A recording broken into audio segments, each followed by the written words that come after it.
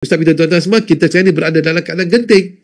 Genting tu semua, kita tengok macam mana berlaku tu semua, orang-orang yang bukan agama Islam, orang yang bukan bangsa Melayu, cuba nak jadi kaduk naik junjung tu semua.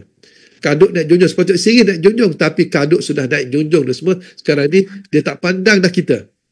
Dia tak pandang dah kita semua. Jadi kalau tuan-tuan sendiri tak bangkit tu semua, tak bangkit untuk mempertahankan diri tuan semua, tidak ada lagi siapa yang boleh bantu tuan semua. Ustaz tak mampu nak bantu semua. Ustaz tak bantu, tak jaga anak isteri ustaz boleh, tak jaga taman ustaz boleh, tapi selebih itu tak mampu tuan semua. Jadi tuan-tuan lah yang akan jaga diri tuan-tuan sendiri. Kalau tengah berlaku gitu, tuan-tuan call ustaz tak boleh buat apa lah. Ustaz boleh jaga isteri ustaz dan jaga anak-anak ustaz, ada cucu ustaz tu je.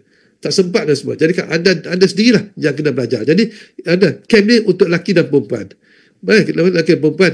Tuan-tuan semua tahu, okey. Di amalan ni tuan semua, kalau tuan-tuan ambil amalan ni, insya-Allah banyak kelebihan tuan-tuan pergi. Ustaz minta tuan-tuan banyak kelebihan tuan semua. Ustaz akan cerita di dalam camp tersebut, insya-Allah. Okey.